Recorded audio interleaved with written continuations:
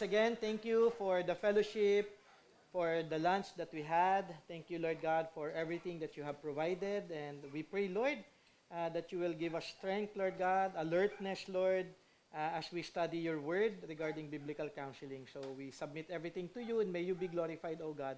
In Jesus' name we pray.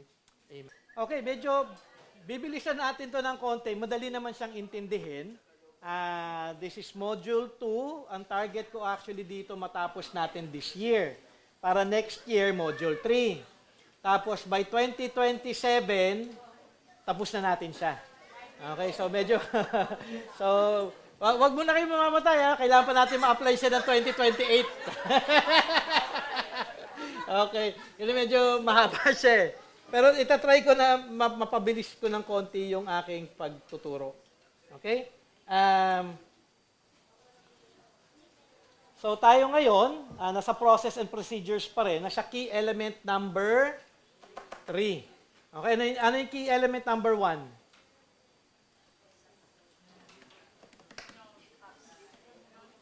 Yung get the facts is key element number 2. Key element number 1, yung mga kasagot may may blessing. May libreng tubig sa dispenser.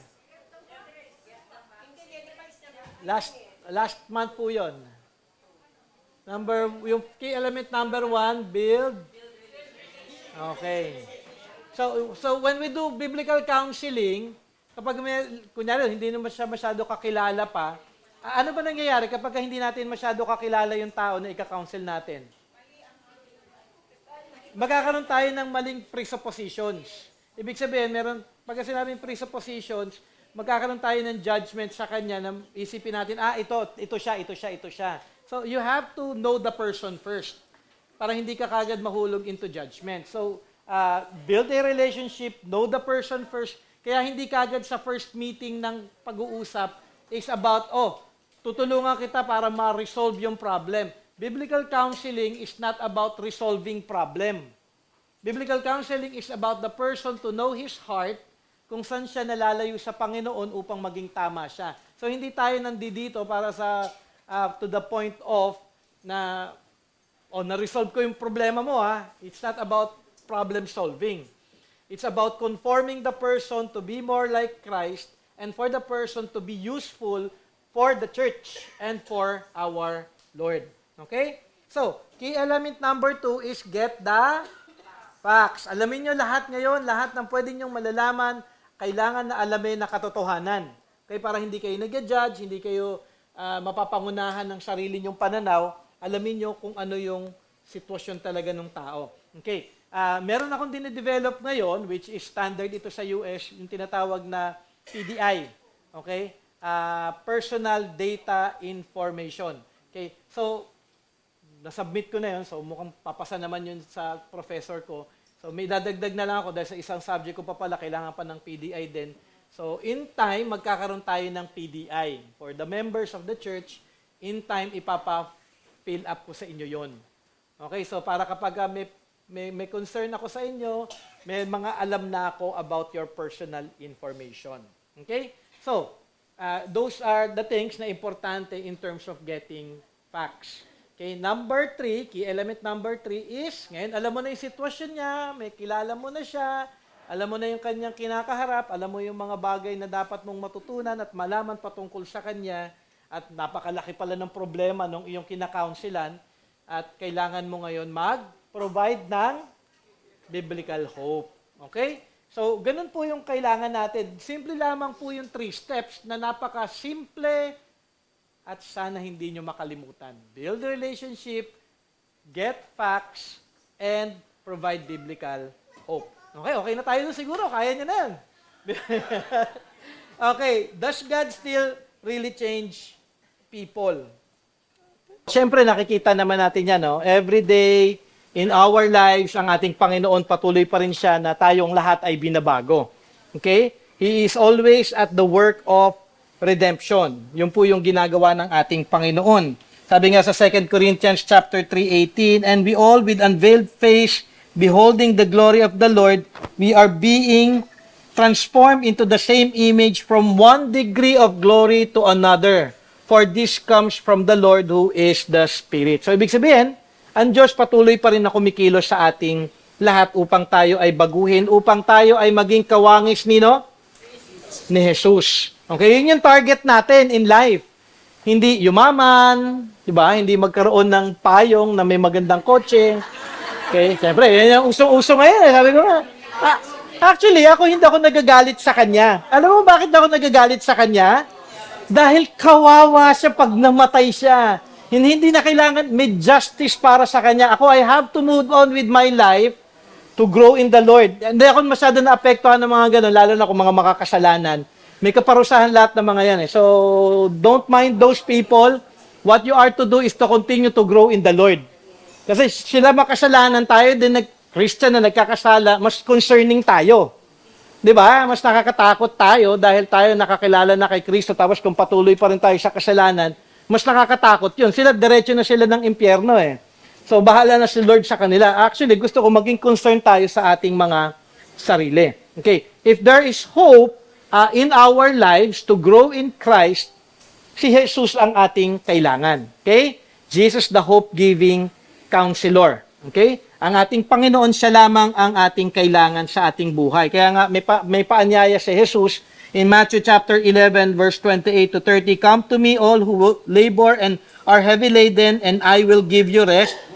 Take my yoke upon you and learn from me, for I am gentle and lowly in heart, and you will find rest for your souls.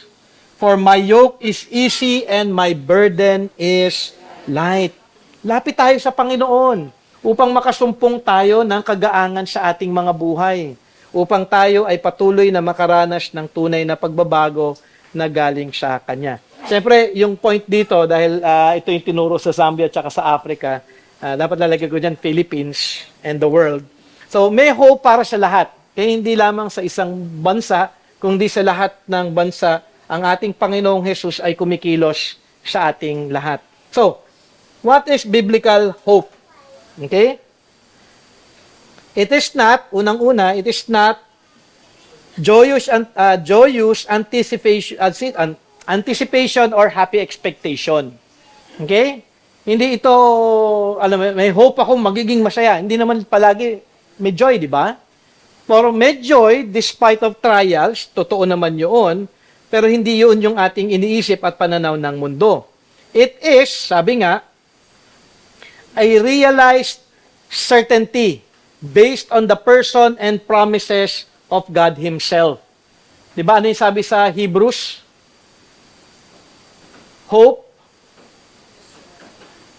Ano ba yung Bible doon? Sige nga, Sister Glory, ano yun? Sige, bubulong-bulong ka eh. Pinatry nyo maalala.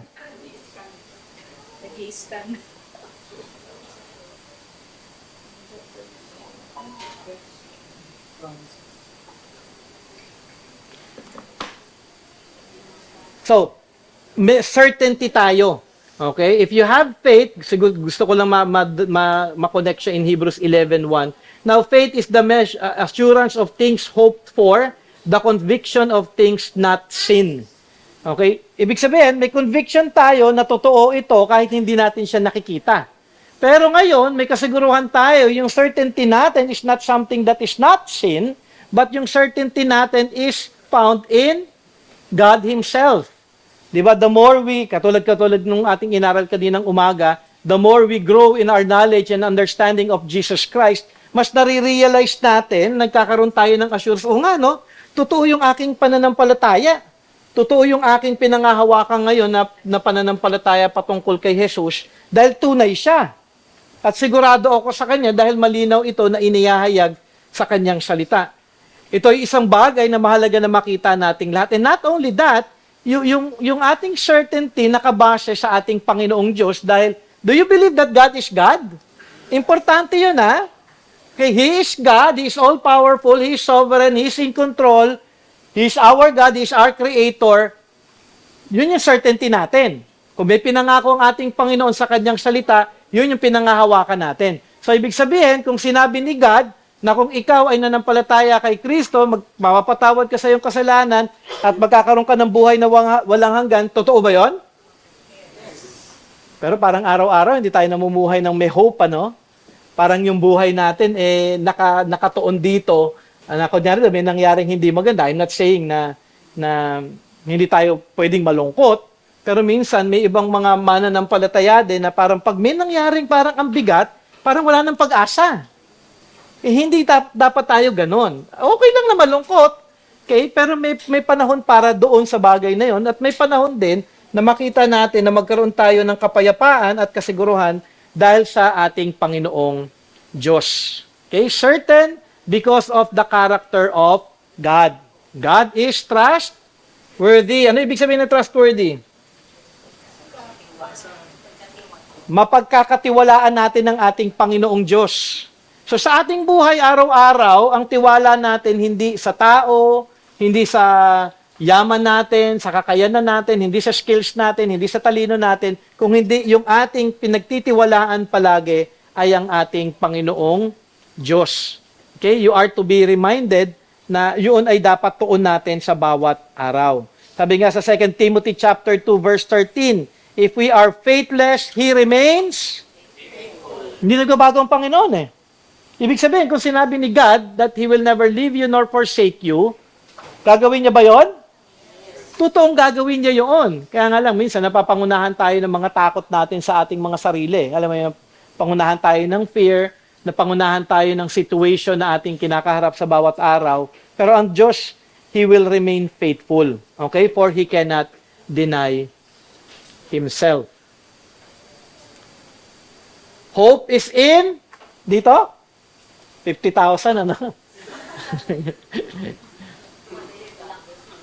Our hope should not be in created things, but should be in our Creator. Okay? Ibig sabihin, ang hope natin na kay God.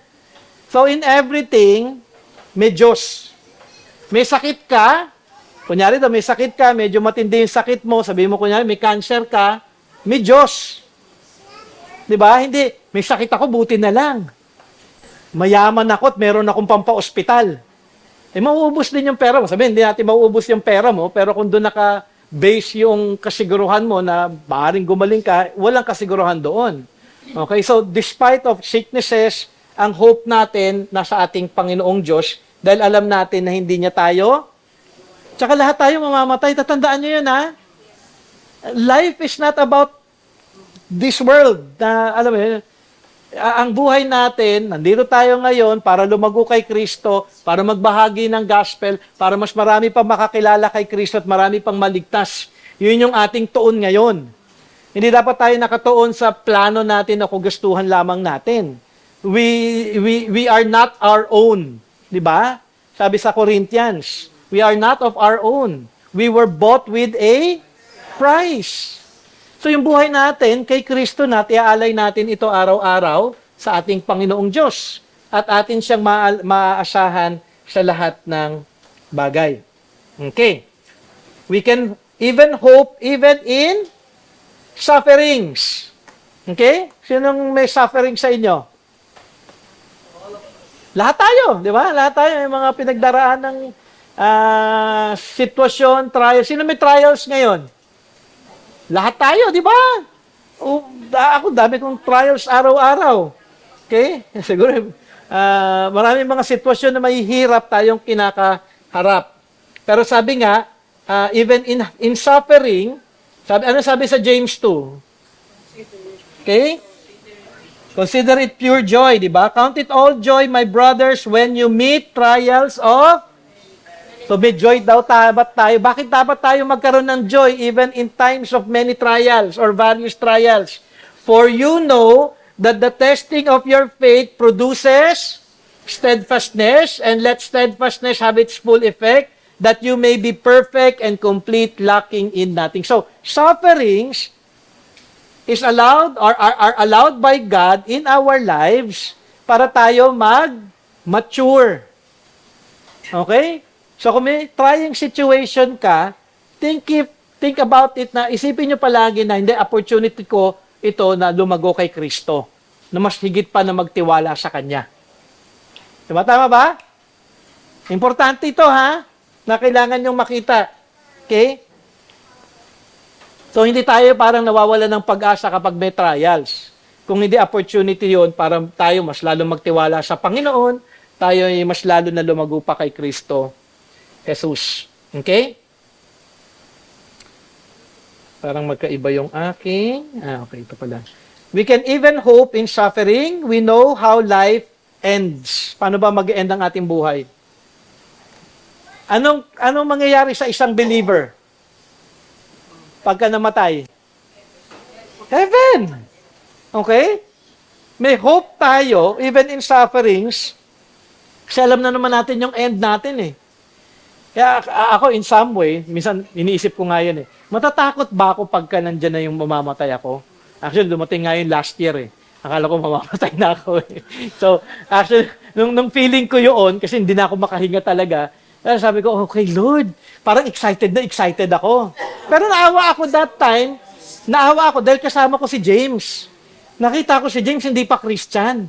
Kaya ang una-una ko sinabi sa kanya, James, make sure maging Christian ka ha.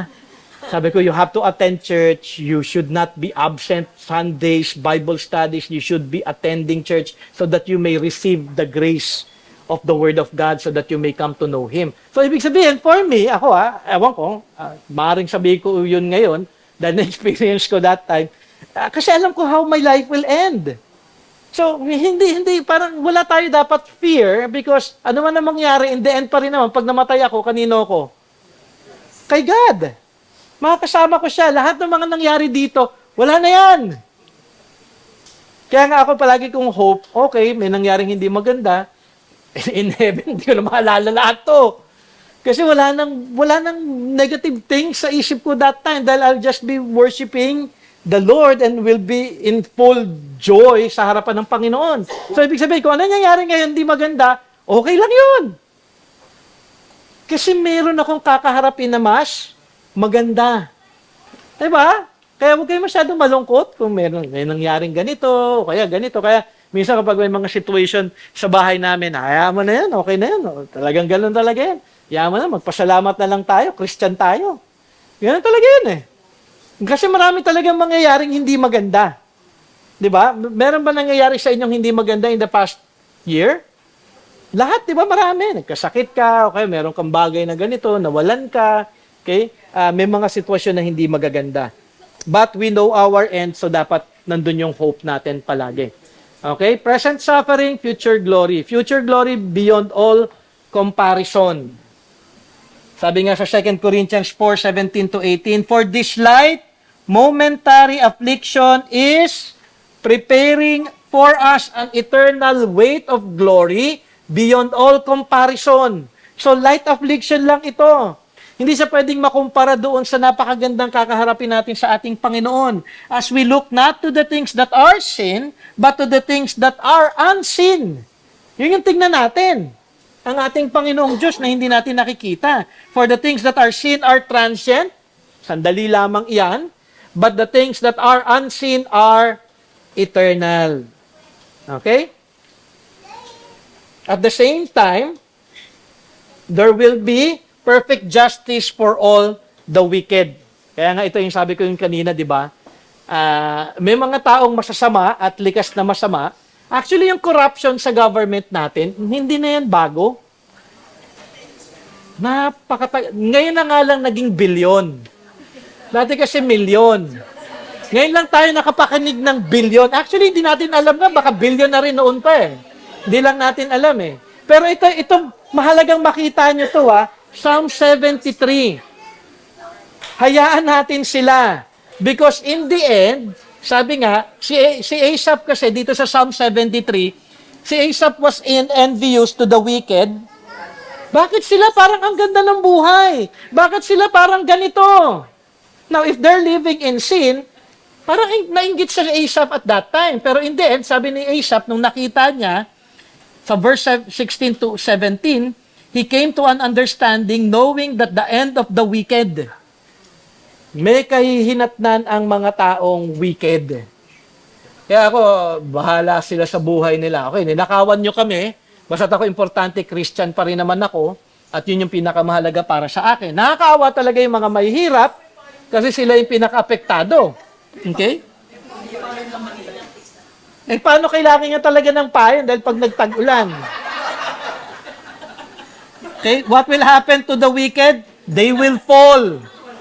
Verse 18, they will be destroyed and swept away. Verse 19. Okay? So, ibig sabihin, ang importante, maganda makita natin, ako hindi katulad ng wicked. I'm so blessed because the Lord has enabled me to come to faith in Jesus Christ, and now having that grace of salvation, may kasiguruhan ako. Yung wicked, meron o wala? Wala. Basta't ako importante. Ano? May kasiguruhan sila sa impyerno. Okay. So, nakakaawa sila actually. So, sila walang hope, tayo meron. Gusto ko makita ninyo yun. Kaya huwag kayong masyadong affected sa mga nangyayari sa mundo. Hindi ko sinasabing masama na maging concerned. Concerned tayo, pero dapat makita natin ang pinaka-concern pa rin natin, spiritual growth natin. Okay? Hindi din naman ninyo makukuha naman yung billion na yun eh. Tingnan natin kung saan na napunta naman yun eh. Okay? Rewarded for our works and persecution. Okay? In time, when we die, there will be a reward. So, naghirap ka sa mundong ito, when you come to heaven, when you face the Lord, when you face God, there will be a great reward. Ano yung pinaka-great reward natin? Eternal life with Jesus Christ. Si Jesus Christ yung pinaka-reward natin. Hindi lang tayo magkakaroon ng mansyon, kasi may promise ng mansions, di ba? Sa atin ng ating Panginoon. Sila meron ngayon dito, tayo, in the coming life natin, meron din tayo. Okay? So, makikita natin, there will be a reward for us. So, huwag kayong ma-depress, huwag kayong malungkot, huwag kayong ma-stress out. There is always hope because of God. Okay? But at the same time, sabi nga din, we can both lament and hope. Okay, what is lament? Okay? Lament is prayerful expression of sorrow, pain, or confusion directed toward God. It's not complaining about God, it's crying to God. So, Lord, malungkot po ako. Okay, kaya may nagtanong sa akin, Brother Jay, kasi sabi ni Jay Adams sa kanyang book, every form of depression is sin. Sabi ko parang I would, lahat naman talaga, cause ng sin, ano? Kung meron man kalungkutan, meron. Okay, but I would balance that na meron mga Christian din talaga na minsan puno lang talaga ng kalungkutan. Kaya katulad kunyari, si Jeremiah,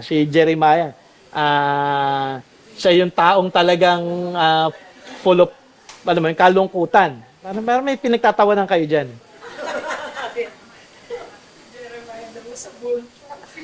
Okay. Hindi yan. Jeremiah in the Bible, baka may iba maisip ninyo. Okay. Most of the time, kaya ano sinulat ni Jeremiah sa Old Testament? Lamentation. Kasi puno talaga siya ng kalungkutan. Okay? At itinataas niya lahat ng kalungkutan sa ating Panginoong Diyos. Ibig sabihin, pwede tayong malungkot, pero meron pa rin pag-asa. Ano yung kinalalament ni Jeremiah at that time?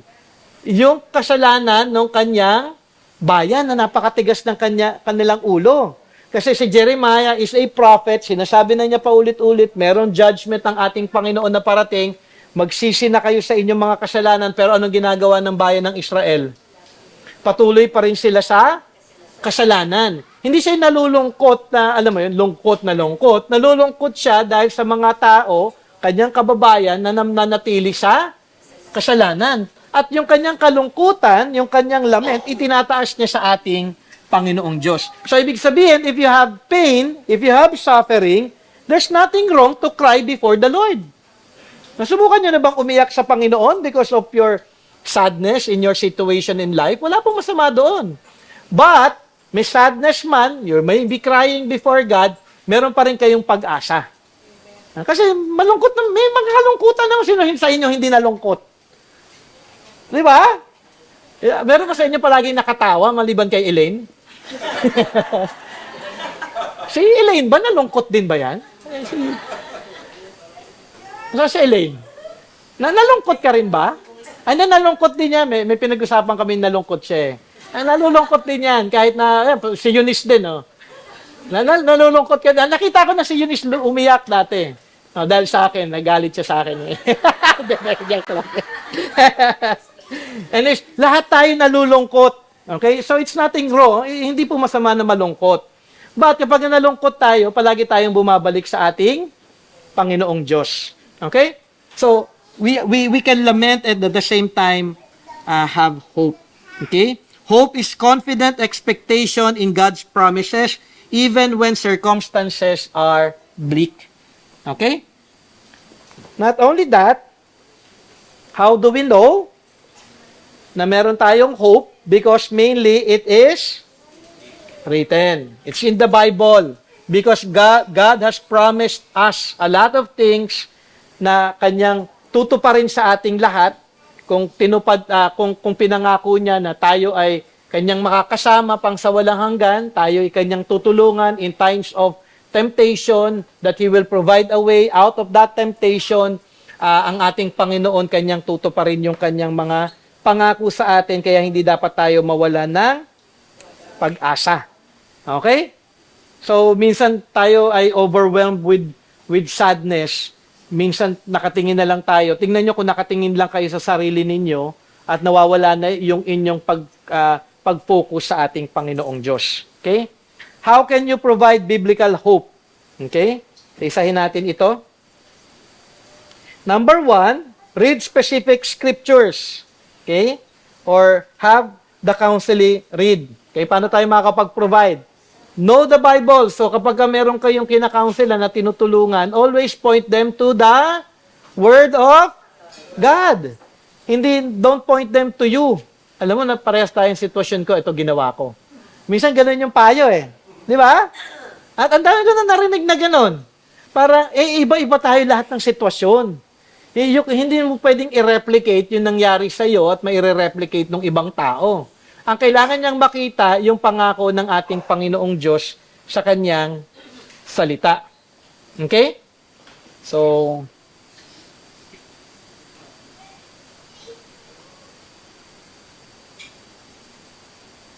hindi ko na siguro papagawa sa inyo to.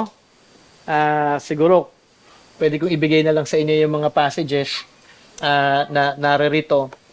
May mga hope passages in Scripture na pwede ninyong basahin para makapag-encourage sa ating kapatiran. Sabi sa Psalm 38 verse 15, "But for you, O Lord, do I wait, it is you, O Lord my God, who will answer." Okay, Psalm 38 verse 15. Romans 8, 24, 25, "For in this hope we were saved. Now hope that is seen is not hope, for who hopes for what he sees. But if we hope for what we do not see, we wait for it with patience." So, ibig sabihin, you point them to hope passages para makita nila na meron tayong pwedeng mapanghawakang mga pangako ng ating Panginoong Diyos. Okay, isi-send ko yung PowerPoint na ito sa ating messenger group. Okay? Refer to life messages. Okay, or testimony. Biblical characters. Katulad kunyari, yung ginawa ni David. Si David, nag-commit siya ng adultery. Pinatawad pa rin ba siya ng Panginoon? Huwag niyo sabihin, okay, magko-commit ako ng adultery mamaya. Hindi. Hindi, ibig sabihin, pag-asa, huwag niyo gagawin yon. Okay? So, siguro personal illustration, may mga failures tayo.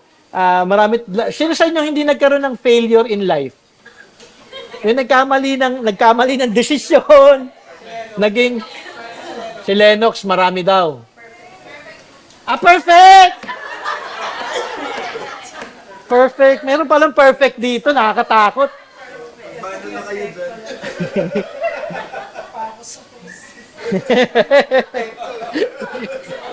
Ipako daw sa krus. Okay. Siguro we can give also testimony ng mga fellow believers natin in the church na kung paano nila napagwagian yung sin o kung paano sila naka-receive ng comfort from our Lord. 'Diba? Yung mga encouraging stories, parang ako, no, nung nagkaroon ng meeting ang hierarch, members meeting yung hierarch, yung videos na pinanood namin, yung testimony nila in terms of evangelism and doing local missions, talaga nakaka-encourage. Na o nga, no, kailangan pa talaga na mag-evangelize. At sabi ko nga, parang kulang pa ako in that term na kailangan ko pa na magawa for the glory of the Lord. Okay? What is an example of extraordinary obedience by Christian Filipinos under severe trial? Okay, meron ba kayong naging severe trial? Kasi ibang bansa yung nakalagay dyan, pinalitan ko na lang yan. Okay. Ano yung mga trials nating mga Pinoy? Mga kasamahan natin sa church. Okay?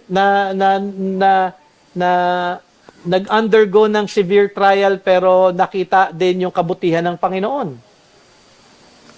So we can use life messages or testimonies ng ating mga kapatiran to give hope. Actually, marami akong ganyan eh. When I counsel, I would always give example, real life example of some people. Kung the same yung kanilang situation, i-share ko sa kanila itong bagay na ito. Ito nga, actually may kapatiran tayo, ganito din yung nangyari sa kanyang buhay. Hindi ako nag-name names, okay? Pero yun, para magkaroon siya ng pag-asa. Okay? Siguro also, kung kayo ay reader, you can look also at other lives ng mga tao. Okay, ng mga nauna sa atin. Pwede natin silang gamitin as a testimony. Respond compassionately throughout the meeting time. Okay, pagkakausap mo siya, ano daw yung dapat mong attitude? With compassion. Paano yung hindi compassionate? Ikaw kasi. Bakit ang tigas ng ulo mo? Tinuro ko na yun sa'yo last time Hindi mo naintindihan? Wala bang laman yung utak mo? Naalala ko din, when I went to Jacksonville, nung training namin doon, na nag-share yung, bago pa lang naman siya, naintindihan ko naman siya, pero nakita ko yung sarili ko sa kanya. Sabi nung isang kasamahan ko na kasama ko doon sa training, naiinis daw siya, tatagalogin ko na lang, naiinis daw siya doon sa isang counseling niya dahil paulit-ulit daw siya sa tinuturo niya tapos hindi daw naintindihan siya. Actually, talagang gano'n nangyayari talaga yun Bahagi na yan But you really have to see na, ako, actually, kapag gano'n yung situation, nung tinitignan ko, ako din naman, Lord, matigas ang ulo. Sino sa inyo hindi na nagkakasala? Di ba? Sino sa inyong perfect na? Lennox. Lennox talaga. Baka kunin na to ni Lord Pero kumbaga, kung inyong makikita, may ibang tao, nakikita natin na parang ang tigas ng ulo mo, hindi mo ba alam yan? Pero tatanungin yung sarili ninyo, di mo sasabi nyo din yon? Kunyari daw, magagalitin ka. Hindi lang alam ng iba. Pero magagalitin ka, you know na meron kang bagay na stubborn ka din. Kunyari daw, hindi ka loving talagang tao, hindi lang nakikita ng iba, tapos inis na inis ka sa kasalanan ng ibang tao, pero ikaw din, marami kang weaknesses. Kaya, when we do counseling, we are to see it to ourselves na parang, hindi, ako din ganito Okay? I have to deal with the person with compassion. Okay? Importante ang compassion Wala sa ating perfect at pwedeng magsabi, oy, yung kasalanan mo, tagal na niya hindi mo ako gayahin. Nakakatakot po yun. Okay? Use biblical terminology. Okay? Call it what God calls it. Ano ibig sabihin nun? Pagka sinabing sin, sin. Huwag mo sasabihin, kung kunyari daw, lasinggero ko.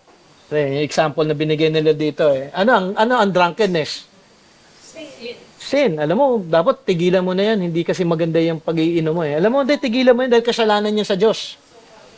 I-direct nyo po kagad. Huwag nyong i-water down. Huwag nyong i-sugar coat. Maging direct po kayo sa inyong pagbabahagi. Okay? And then after that, ito po yung maganda, assign projects for growth.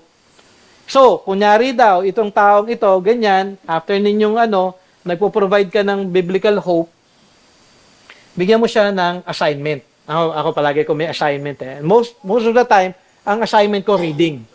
Kasi sabi nga, ano yung sabi sa John 17:17? Sanctify them with your truth. Your word is. So, anong kailangan ng tao para ma-sanctify? Word. So, most of the time, ang assignment ko sa kina-counsel ko, reading. And then, reading. At in time, mag-resulta ito. Kaya kung hindi ito nag-resulta at siya'y stubborn, ayaw niya pa rin magbasa, doon mo lang makikita actually din na baka hindi Christian itong kina-counselan ko. Kasi wala siyang submission, wala siyang desire to grow, ayaw niya gawin yung projects niya. Kaya nga yung isang example, doon sa pinanood ko na counseling video, parang sabi niya, hindi lahat ng counseling will be successful. Yung example niya, doon sa lalaki na hook up in sin with pornography, nag-fail siya doon. But not failure in a sense na nag-fail siya sa kanyang counseling, kung hindi lang talaga naging submissive yung kanyang kina-counselan dahil patuloy pa rin siya na gumagawa ng kanyang kasalanan. Okay? So it doesn't mean na yung iba talaga ay gagawa. Pero meron tayong pag-asa na makikita kung sila din ay magsasubmit sa mga bagay na ito. Okay? Assign projects for growth. Okay? The title even gives hope. Okay? Dahil may pag-asa na mag-grow. Okay? If I do this, I will grow. Kaya nga, basahin mo ito. Pagka binabasa mo yan araw-araw at magkakaroon ka ng disiplina, mag-resulta ito ng paglago. Kaya nga, kung kayo hindi nagbabasa ng Bible, makikita nyo din yan sa buhay ninyo. Walang paglago. Kaya kailangan yung magbasa. Okay? And more than reading, you must have also to the point na meron din kayo dapat na disiplina sa paggawa ng mga bagay na ito. So, doon sa assignment na ibibigay natin, doon natin makikita yung magiging evidence ng kanyang submission at yung kanyang desire to grow more in Christ. So, giving hope in God's grace.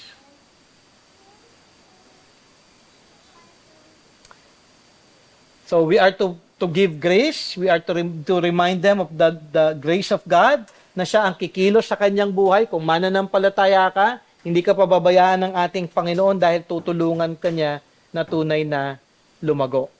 Okay? One common temptation, hopelessness. Okay? I tried everything. Nagbasa na ako ng Bible, Brother Jay, wala nangyari. Nag-attend na ako ng church, wala naman na bago sa akin. Kasi nga, baka hindi ka Christian. Kaya walang pagbabago. Okay? Kasi hindi pwede na hindi magkaroon ng pagbabago talaga. So, don't say that I've tried everything. Ginawa ko na yan. Hindi mo, maring ginawa mo, pero hindi mo ginawa diligently. Maring ginawa mo, pero hindi talaga to the point na meron ka talagang heart in doing that thing. Okay? Siguro magandang paalala for everyone to have hope. God's past grace through the Son, through Jesus Christ. If you are in Christ, there will be no more condemnation. Okay? For guilt or shame, they are experiencing. So, remind them of God's grace. Na napatawad ka na, wala nang shame, wala nang condemnation. Okay? God's present grace through the Spirit. If you are a true believer, you have the Holy Spirit who will transform you, okay? Transform them in the sin and suffering they are experiencing. So, ibig sabihin, ang ating Panginoon, by His grace, provide ang Holy Spirit para tayo ay tulungan. Okay? God's future grace. Our lives now on earth, okay? Redeems whatever experiences are ahead. Sabi nga sa Romans 8:28-29, and we know that for those who love God, all things work together for those who are called according to His purpose, for those whom He foreknew, He also predestined to be conformed in the image of His Son, in order that we might be the firstborn among many brothers. So, ibig sabihin, may future grace tayo. We will be conformed in Christ. Pero ngayon, habang present time, ginagawa natin ang lahat ng ating makakaya na tayo ay lumago kay Kristo Jesus. Not only that, there will be glorification. Okay? Body and soul eternally with the Lord. Darating yung time that we will be glorified. Ibabalik yung ating physical body. Okay? Magkakaroon ng new heaven and new earth. Okay? At antayin natin yun dahil yun yung ating pinangahawakan na future with God. So, where does hope-giving fit in the model? Saan daw ito? So, yung una, ano yung una ulit? Kay element number 1? Build relationships. Okay, building relationships. Sa lahat yun. Okay, in the whole process of the three trees. Okay? Yung number 2 is know the facts. Ano yung situation? Ano yung circumstance? Yung hit is not always negative. Pwedeng positive siya. Okay? Kasi minsan kahit maganda naman yung sitwasyon natin, nire-reveal pa rin yung heart natin. 'Di ba? Naalala niyo yung example ko dito sa hit na kunyari daw may nagbigay sa iyo ng 10 million si Vizcaya. Para hindi ka magiging basayado kapag gano'n nangyari. Pero kunyari daw may nagbigay sa iyo randomly, legal, walang masama binigyan ka ng 10 million. Okay? Walang masama doon. Pero yung heart mo, i-reveal, okay, hindi ko sasabihin ito kay Pastor Jay. O kahit na kanino sa church. Kasi hahanapan niya ako ng giving, ng tithes. Hindi, may gusto kong bilhin. Hindi ko, alam mo yun? So, even maganda yung nangyari sa'yo, nagkaroon ka ng pera na legal naman, pero pinapakita alin? Ano yung pinapakita ng heart mo? Ikaw ay greedy. Greedy. Alam mo, may lumapit pa sa'yo na may 10 million ka. Ano, baka pwedeng makahiram. Wala kasi makain yung pamilya ko. Ay, naku, wala akong pera. Di ba? Para nakakatakot, ano? No, ako nga dapat manghiram sa'yo eh. So ibig sabihin, ang hit, hindi palagi negative. There are good things, pero nire-reveal pa rin yung sinful heart natin. So, get the facts, and then sabi nga, yung key element natin ngayon ng giving hope, dahil alam na natin yung mga katotohanan, nakita na natin na meron siyang sinful responses, paalala nyo na may kapatawaran sa Panginoon, may pag-asa pa sa sitwasyon mo, huwag kang mawawalan ng pag-asa. Okay? Dahil ang Diyos ay mapagpatawad at tutulungan ka na magsisi dito, talikuran ito, at muli makalakad sa kanyang harapan. Malinaw? Okay? So, key element number 1, build relationship. Key element number 2, finding facts. Dito din kasama yun sa sinful response, yung get the facts, and then provide biblical hope. John 17:17. Nagkakaroon na kayo ng picture kung paano mag-counsel? Okay? So, nagbibigay ng hope pa, tapos compassionate hindi yung, alam nyo, ang dami ko nakitang counseling, at ngayon nakikita ko, no? Marami akong mali din before, pero natututunan ko na siya ngayon. At the same time, marami din ako nakikita na counseling ng iba na, okay, kailangan talagang matutunan ito. Okay? Kasi minsan, may thinking tayo, alam ko na. Pero in reality, hindi na-apply. Okay? Okay. Daanan natin ngayon yung key element number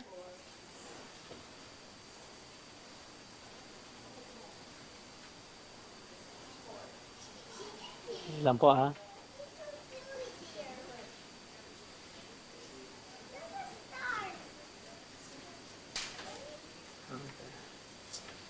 Okay. Bilisan lang natin dito. Okay, key element number 4. Ano yung number 4? Gusto ko marinig, sabihin nyo. Define the problem. Okay, get the facts, give hope, and then i-define mo ngayon yung problema. Okay, paano natin gagawin yung defining nung problem na ito?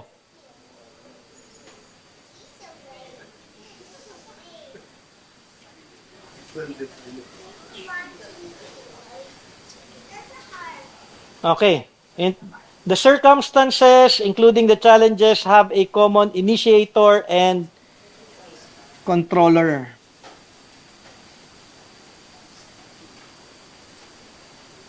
Sabi nga dito sa notes, circumstances, all that comes at you, good or bad, every minute of life, of our lives, all are ordained by God.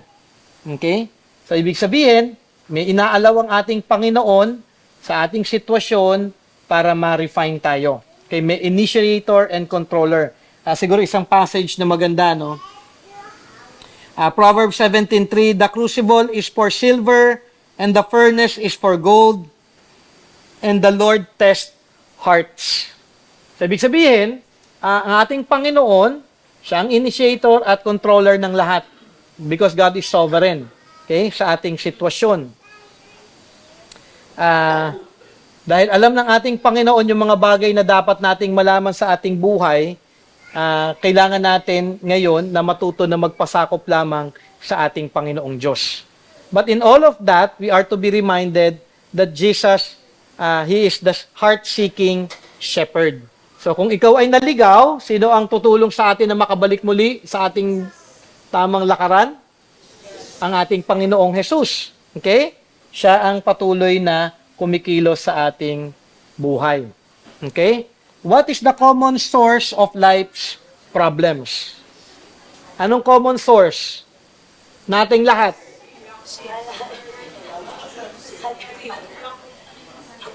Ano? Meron sumagot kanina?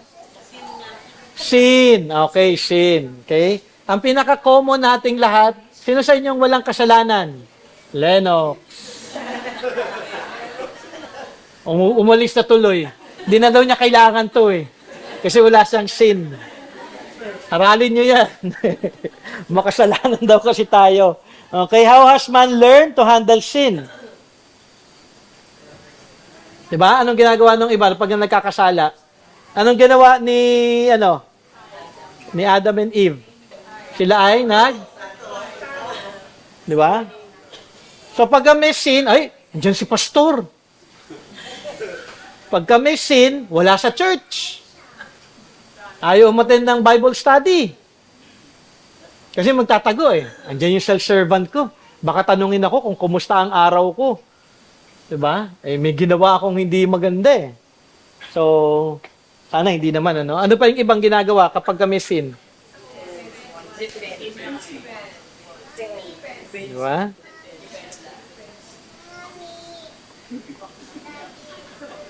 Defend oneself. Ay, hindi. Si ano kasi? Si Lennox kasi. Yung asawa ko kasi. Yung anak ko kaya ako nagalit dahil ang tigas ng ulo niya eh. Di ba? Marami tayong palaging inaano. Yung kaopisina ko kasi, late dumating. Tapos hindi siya supportive sa team namin. So palagi tayong nagde-defend sa ating mga sarili. Number 3, ano to? Yan. Blame shift. Okay? Kasalanan niya yan. Actually, iba eh. Ako sa bahay, parang palaging ako may kasalanan eh. Every time na meron akong complaint, okay, sige, sorry, kasalanan ko. Sabi ko, parang hindi na yata ako namuhay ng tama. Pero at least ako nag-blame shift. Okay. Ito, magandang picture to. Si Sister Lu to eh. Si Brother Rico. Joke lang yan, joke lang yan. Nagtuturuan lang, palagi nagtuturuan eh. Pero ang totoo, yung nanay yung nagbasag. Okay. Tapos, not only that, there is an inner lawyer in all of us. Like a defense attorney denying sin and being defensive. Okay, kayo ba 'yon? May inner lawyer ba kayo? Lahat tayo, di ba? like a prosecuting attorney blaming others. Okay? There is an inner lawyer in all of us seeking to be an advocate. Okay? Helper to others instead. Okay? Dapat maging honest po tayo sa ating buhay. So, yun yung pag-handle natin sa sin. Okay? We run, we blame sheep, we point others. Pero ano yung gusto ng ating Panginoon on how we are to handle sin? Yun ang unang makahula. What is God's way of handling sin? Number 1 is to... Okay, hindi mo na-repent. Tinuro ko nung prayer night yun eh. Acknowledge. Okay, importante muna yung acknowledge. Okay, kaya nga sabi sa Psalm 32 verse 5, I acknowledge my sin to you. So, when there is sin, when you sin, acknowledge mo. Huwag ka na magdepensa, huwag ka na mag-blame sheep, huwag ka na maghanap pa ng rason at i-defend yung sarili mo. Acknowledge mo na kagad. Kung kunyari daw, nag-lie ka. Ay, hindi, kaya lang naman ako nag-lie kasi na-pressure lang ako. Hindi, magsabi mo ka, Lord, forgive me because I lied and lying is sin. Kung kunyari daw, nagkaroon ka ng lustful thoughts, then acknowledge mo, Lord, forgive me for having these lustful thoughts. So, acknowledge nyo kagad kung ano yung sin na inyong ginawa. Okay? Number 2, lumabas na kagad eh. Okay, then we are to confess. Lord, mali itong kasalanan ko. Lord, I confess that this is sin against you. Katulad ng ginawa ni David sa Psalm 51. Okay? And then, susunod, then we are to repent. Okay? So, ano yung repentance ulit? Turning away. Kaya we don't go to repentance kaagad. We are to acknowledge, we are to confess, we are then to repent, we are then to turn away. Kasi nakita mo na yung kasalanan mo eh. Okay? And then sinasabi mo kay God sa confession, you are saying the same thing, what I did is sin because it is written in your word that this is sin. Lying. Lord, liar po ako. Kasi sabi sa Bible, lying yung aking ginawa. Yun yung confession. And then repentance is to turn away from sin. Okay? So, what we are to do, Proverbs 28 verse 13 says, whoever conceals his transgression will not prosper, but he who confesses and forsakes them will obtain mercy. So, kung magiging matigas ka sa kasalanan mo, no mercy. And ito yung palagi kong pinapaalala ko to kay James. Wala naman dito si James. Pag stubborn si James, ayaw niyang sumunod, palagi ko sa kanyang sinasabi, James, be reminded what the Bible says about those who are transgressing. The way of the transgressor is hard. Buhay mo magiging mahirap. Not poor, pero it will be filled with guilt, with conviction, and a heavy heart. So, kapag walang confession at mananatili ka sa kasalanan mo, ang buhay mo, magiging mahirap, mabigat. Okay? Sasabihin ng iba, yung Psalm 73 nga, paano yung mga wicked? Parang ang sasaya nila. Tignan mo nangyari sa kanila. Diba? But it will be hard for them. So, ang kailangan mong gawin, kung nag-transgress ka, huwag mong itago ito, i-acknowledge mo ito, i-confess mo ito, i-repent mo ito, talikuran mo na ito, upang ikaw ay maka-receive ng mercy. Dahil God is a merciful God, kanya-kanyang patatawarin. Di ba napakaganda? Ang tanong nga sa akin ni James before, Daddy, I sin every day. Di acknowledge, confess, repent every day. Paano kung ilang beses daw sa isang araw? Then do it patuloy. And then you will receive mercy. At yung kagandahan nito, no? Kasi yung iba sasabihin ng iba, wala na, ganito na talaga ako, wala nang pagbabago. Kasi una nga, inaral din natin yun doon sa prayer night natin, na kung bakit tayo hindi nagkakaroon ng fear kay God, dahil matigas lang talaga ang puso natin. Not only that, siguro maganda na makita din ninyo, na kapag nagkakasala tayo, iba't iba naman yung nagagawa nating kasalanan sa bawat araw, ang Diyos patuloy pa rin siya na nagpapatawad at ayaw mo nun, araw-araw ka din makakatanggap ng kanyang mercy. Di ba? At may joy naman dito, Parang ang bigat naman nun. Kaya nagiging mabigat kasi hindi nyo nakikita na napatawad ka na talaga kay Kristo Jesus. Kasi there should also be joy. Kung nag-sin ka at by the grace of God, nag-acknowledge ka, nag-confess ka, nag-repent ka, at ayaw mo na talagang gawin yon, then you will obtain mercy, kakaawaan ka niya, and at the same time, you will receive ng forgiveness. Kapag ikaw ay na-forgive, ano yung magiging response? Joy. Di ba? So may joy. Kaya nga a Christian rejoices. Nagkasala man ako kanina, pero napasawad ako ni God eh. Because si Jesus Christ, namatay na for my sin eh. And I did what God want me to do na mag-confess, mag-acknowledge, at mag-repent. Grace din naman lahat yun ng Panginoon eh. Hindi ko naman yung ginagawa because I can do it, but binigyan ako ng conviction ni God na makita ko yung sin ko at hindi ko winaste yung opportunity na nag-convict si God sa akin, hindi ko siya binaliwala, kundi in-acknowledge ko kaagad. And I am thankful for the Lord na ako tinulungan niya makita yung sin upang mag-repent ako. Di ba dapat may joy? Sana makuha niyo yun, ha? Kasi importante yun, eh. Kaya hindi nakakasawa na yung sinasabi ko nga, the Christian life is a life of... Kaya hindi nakakasawa gawin yun dahil palagi mo naman din marireceive yung mercy at kapatawaran kay Kristo Jesus. At least in line ka, palagi kang tama sa Panginoon. Unlike nung hindi ka na nag-sorry o hindi ka na nag-confess. The life of the transgressor is hard. Okay, malinaw? Okay. Yung human reason, run and hide, defensive, and blame shift. Okay? Wag natin gawin yun. So, magandang maging katanungan ngayon ay kung ang ating repentance ay tunay nga ba na ating ginagawa. Siguro, you can read Psalm 51. Can you read that later before you sleep this evening? Psalm 51. Ano yung Psalm 51?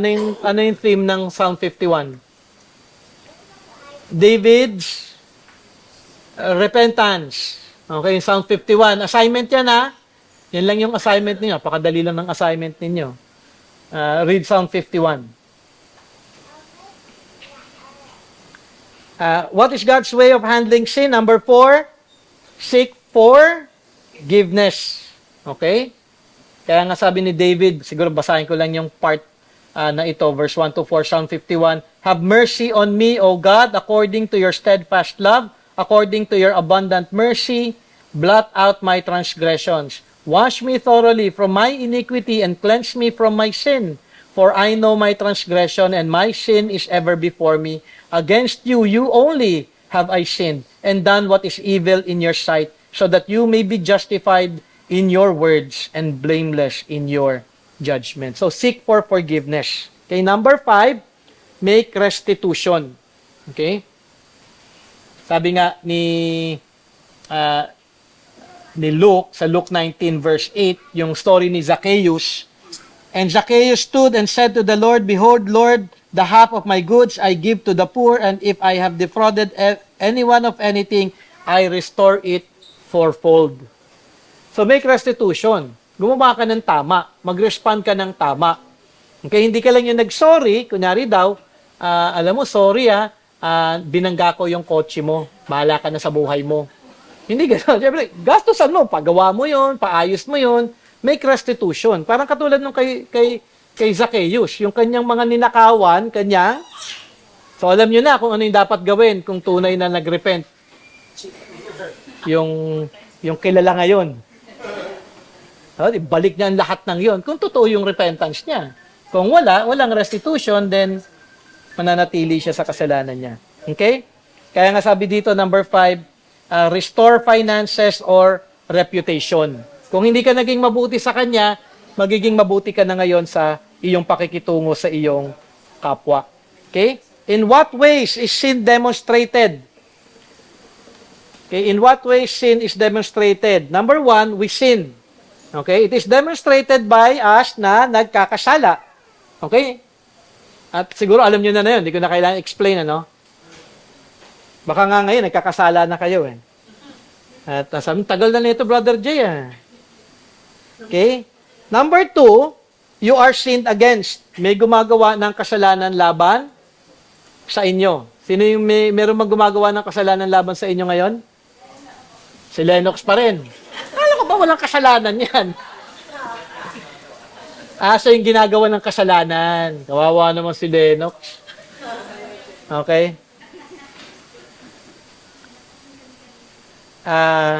In what way sin is demonstrated? When there is suffering. Okay? When there is suffering, there is always sin. Okay? Warning, don't look at life through sin-colored or cursed-colored eyeglasses. Ano ibig sabihin nito? Don't look at life through sin-colored or cursed-colored eyeglasses. Okay? Ibig sabihin nito, you see yourself and others primarily as failures or sinners rather than image bearers. Ang pananaw mo palagi sa iba, ito makasalanan yan eh. Hindi, talagang ganyan yan. Yung ugali niya, ganyan na yan. Alam mo yun, parang may ginawa yung isang tao, kasi napakamakasalanan talaga niyan. Wala pang ginagawa, tingin mo, may gagawin yan. Alam mo yun yung sin-colored kay eyeglasses. Palagi siya nagda-judge. Alam mo, wala namang gagawin niyang mabuti. Kita mo bukas. Ganyan na yan. Nakukuha niyo yun? Yung palaging ang tingin is negative. At the same time, not only that, you interpret suffering as punishment. Rather than na makita mo yung suffering mo na bahagi talaga ng mundo na may suffering dahil ang mundo ay makasalanan. Diba? So, part talagang suffering. There's nothing new. Kung tayo nagkakasakit dahil ang mundo ay makasalanan. Pinag-usapan nga namin yung kanina sa discipleship eh. Sabi ko, pinag-usapan kasi namin yung problema sa mata, yung mga operation. Sabi ko, nag-ugat lahat yan kay Adan. Kung hindi nagkasala si Adan, yung mata natin lahat ngayon malinaw. Walang kailangan ng operation. But because of sin, nagkaroon ng sicknesses, nagkaroon ng typhoon, ng earthquake, ng tsunami, lahat ng mga disaster, it's all rooted because of sin. Okay? So, maganda na makita natin, hindi tayo pinaparusahan ng Diyos. Bahagi na lamang talaga yung mga pangyayari ngayon dahil sa kasalanan ng tao. Okay? Broad biblical categories of problems. Suffering from a fallen body, a fallen environment, a fallen culture because of your human limitations. Other sins, our own sin, Satan and demons, unknown sources. Okay, ito yung mga pinanggagalingan. Okay? Not only that, sin, sabi nga, bahagi din ito is thoughts and behaviors. Yung ating emotions, yung ating motives, yung ating pag-worship o yung kawalan ng ating pag-worship sa ating Panginoong Diyos. Okay? In the local church, the message of the pulpit must clearly communicate it's normal to hurt. It's okay lang. Okay, na masaktan. Kasi makasalanan ng mundo. Sila sa inyo hindi nasasaktan. Maliban kay Lennox. Di ba na-hurt tayo kapag may nagsalita sa atin ng hindi maganda? Kasi nga, you are being sinned against. Di ba? Sabi natin kanina yung definition ng sin. May mga tao talagang gumagawa ng hindi mabuti. Kahit sino man may gusto sa inyo na alam mo, gustong-gusto ko kung may nag-sin against me eh.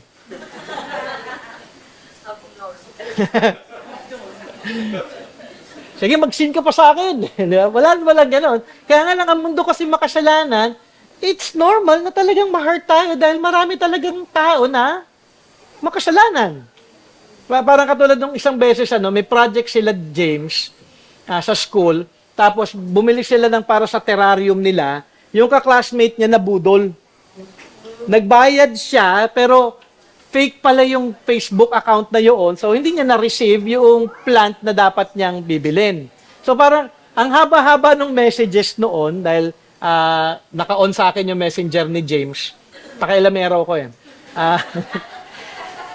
Kasi gusto ko malaman kung may assignment o wala eh. Hindi kasi nag-check si James nalilate siya sa mga ibang responsibilities niya eh. So, in the end, sinabi na lang, hindi ko si Del yata yung nag-message doon. Sabi niya, there are really sinful people in the world. So, it happens. Meron talagang tao na gagawa ng kasalanan laban sa atin. Okay? It's possible to hope. Okay? Ibig sabihin, huwag tayo mawawala ng pag-asa. Patuloy lamang tayo na magtiwala at umasa sa ating Panginoong Diyos. It's horrible to sin. Have you seen sin as horrible? Di ba? Na-experience nyo na yun in your heart na ang sin grabe. Di ba? Parang, Lord, I don't want to do it. Napakasama talaga yung aking nagawang kasalanan. Okay? And it's wonderful to be forgiven. Paulit-ulit tayo sa forgiven. Message natin kaninang umaga about forgiveness in Jesus Christ. At maganda na makita natin na may kapatawaran kung tayo man ay magkasala. It's expected that you'll mature. If you are a believer, magmamature ka. Kaya hindi pwedeng hindi. Kung hindi ka magmamature, hindi ka believer. Wala kang paglago ni isang, ni 1% man lang. Wala ka man lang kinalago. Kung ano ka nung unbeliever ka, ganun ka pa rin hanggang ngayon, hindi ka talaga naging Christian. Okay? So what is the problem? What is the problem underlying sin? Parang Amerikano na to, no? Pero hindi ko yata naintindihan yung grammar nila. Anyways, okay. Ulit, the problem is not the problem. The problem is the heart. Okay, it's always heart issues. Okay, our heart our heart motives, pleasures, passions, desires, and idols. So lahat ng sin natin, saan nagmumula? It's an expression of our hearts. Okay, pinapakita palagi ngayon, kung ano man yung sin na ginagawa mo, ibig sabihin, yun yung laman ng puso mo. Yun ka. It defines who you are. At ang kagandahan, kung sinful man yung heart natin, only God can change praise God dahil tayo, kung ikaw ay Christian, nasa atin ang ating Panginoon at tutulungan ka ng ating Panginoong Diyos na mabago ang ating mga puso. Okay? Ibibigay ko na lang sa inyo yung x-ray question. May papadala akong PDF sa inyo. Basahin nyo yun. Short article lamang ito. Short article, 500 pages. Short article. A few pages lang yun. Siguro mga 8 pages, 10 pages lang yun. Article ni David Paulison. Ang kagandahan nito, nung na-receive ko yung x-ray question, walang explanation. Yung na-research ko, yung kay David Paulison, may explanation. Okay, nung x-ray question. So I'll be sending that, read that article, and read, ano yung pinapabasa ko kanina? Okay, Psalm 51. Galing nga, mga estudyante, kung 100 kayong lahat. Dahil naalala nyo yung assignment nyo. Okay? Pasado na kayo kaagad. Okay, last, where does heart discovery fit in the model? Okay, saan daw natin makikita? Sa idolatrous, yung pag-define natin ng problem, yung problem ng heart, dito. Okay? Yung idolatrous motives. So, ibig sabihin, ano yung huli nating inaral? Number 3?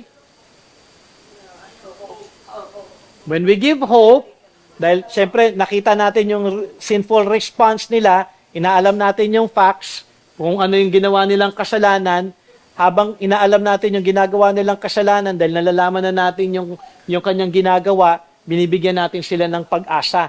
Okay? Pero kailangan din natin silang tulungan na atin sila na ma-define natin ito ngayon yung iyong problema. Ang problema ay dahil ang puso mo, then i-define mo na yung heart problem niya. Okay? Dahil ikaw, kung kunyari daw, sakim ka, greedy ka. Okay? Yung ginawa na pag-disrespect sa iyong husband, wala kang pagbibigay, hindi ka nagiging responsible wife kunyari, then yung heart mo is ikaw ay hindi nag-o-obey sa Ephesians chapter 5 na command ng ating Panginoon that you are to submit, walang submission. So it's coming from a heart that is not submissive. Okay, so nalalaman mo ngayon yung idolatrous motives niya. Yung meron kang idolatry, meron kang heart issue, heart problem na makasalanan na ikaw, kung ano man yung sin mo, alam kung bakit ka nagsisin palagi dahil ikaw ay kung kunyari ikaw ay naglalay palagi dahil ikaw ay liar. Ngayon, alam lang natin liar siya. Pero ano yung behind that ng lie? Anong reason ng lying? Sin, totoo yan, pero ano pa? In a specific way, bakit naglalay ang isang tao? Kung ang sin niya ay lying, at nakita na natin lying yung sinful response, paano natin mapapakita yung sin na lying? As a heart motive. Kasi ayoko napapahiya ako eh. Pride. Okay, ano pa? Ano pang reason kung bakit siya naglalay? Selfish siya. Okay. So, nakukuha nyo, bakit pa naglalay? Kasi gusto niya palaging bida siya. Okay? Gusto niya palagi siyang selfish siya.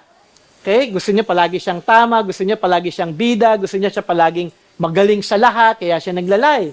O kaya, maaari din na kaya siya naglalay dahil full of fear siya. Natatakot siya na sabihin kung ano yung totoo, kaya siya naglalay. Okay? So, we get the facts here. Dahil sa kanyang sinful responses, nakikita natin lying yung kanyang kasalanan.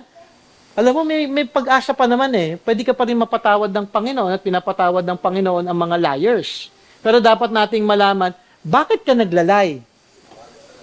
Dinidefine na natin ngayong problem. So ikaw, maaaring fearful ka, marami kang fear, kaya ka palagi naglalay. Okay, nagigets? Dali lang ang counseling, ano? Kapag na-explain ng maigi, madali. Ang problema, application. So, every time when we ask a person, hindi lang, alam mo, problema mo ganito eh. Hindi. Get the facts, give biblical hope, define the problem. Yung problem, kasi yung lying, yung example natin ng lying, manifestation na lang yun ng underlying sinful heart ng tao. At maraming nakatago yan sa puso niya. Okay? Malinaw?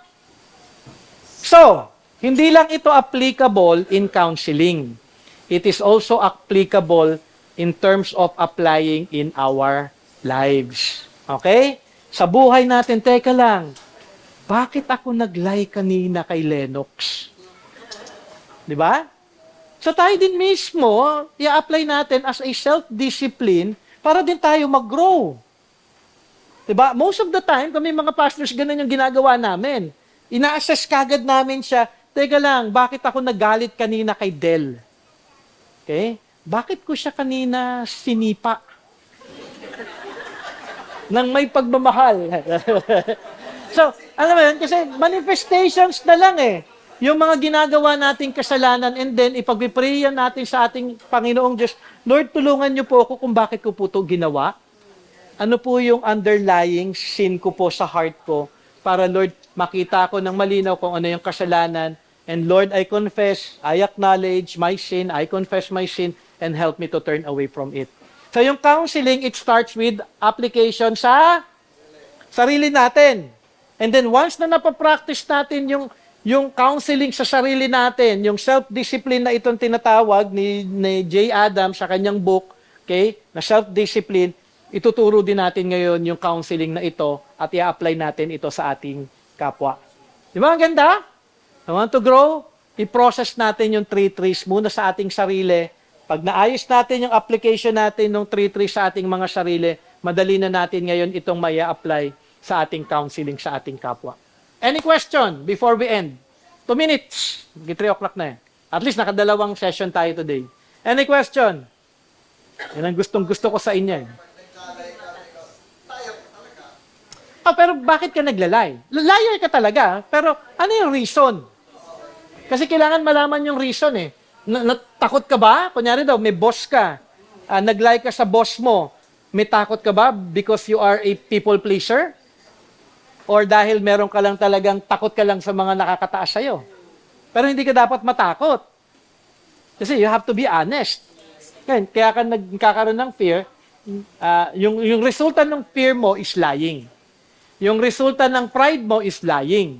So lying is a manifestation of pride.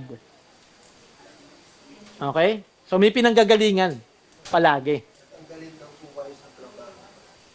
Oo, natatakot ka na mawalan ng trabaho. So, ibig sabihin, wala kang trust kay God.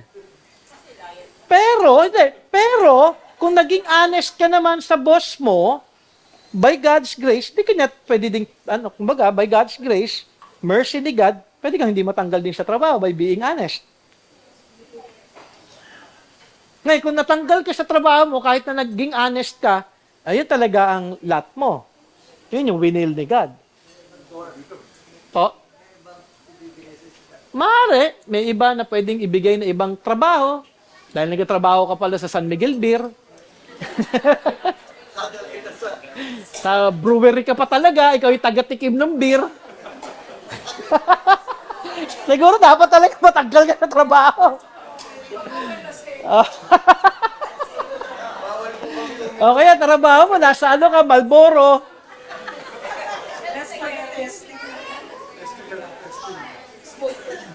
Smoke tester. Okay, any question? So, malinaw? Sin is not just sin. There's an underlying pa sa heart natin.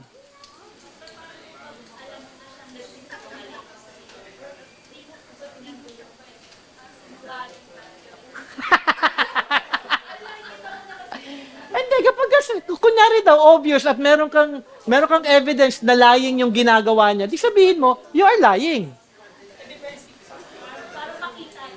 Oo. Para makita niya, kaya nga di ba part nung inaral natin kanina, we have to be direct. Hindi judgment sa Hindi. Kasi hindi, basta't make sure naman na meron kang evidence naman.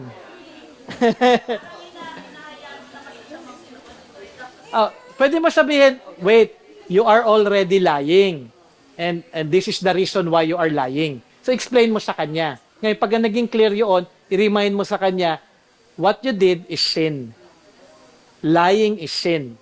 And liars go to hell. Totoo naman yun eh. Sino daw yung mga, who will go to the eternal fire? Those who are liars. Scriptural pa rin naman yun eh. Nung si James nag-lie, yung sinabi ko sa kanya eh. Revelation.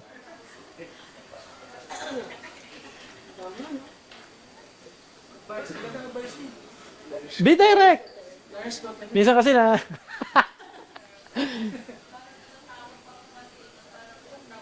Minsan kasi natatakot tayo na sabihan yung isang tao. Pwede mo na pa rin naman sabihan in a gentle way. Alam mo, what you are doing is lying. And this does not please the Lord. And you have to refrain from doing that. Maganda na maging honest ka na ngayon.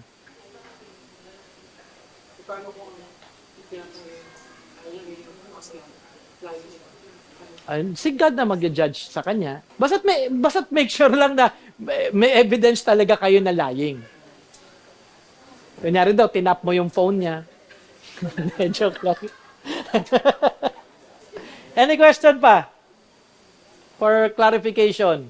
Lagi-lagi ka naglalay, lagi-lagi ka respect. Opo.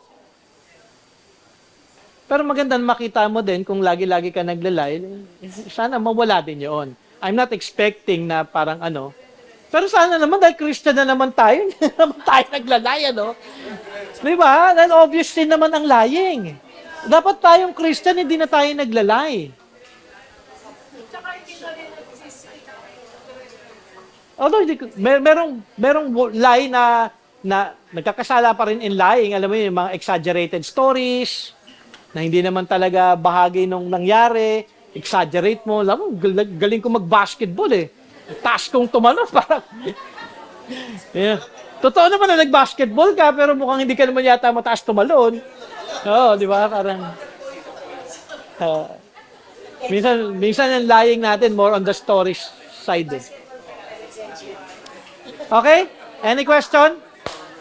Yes. Lana, let us pray.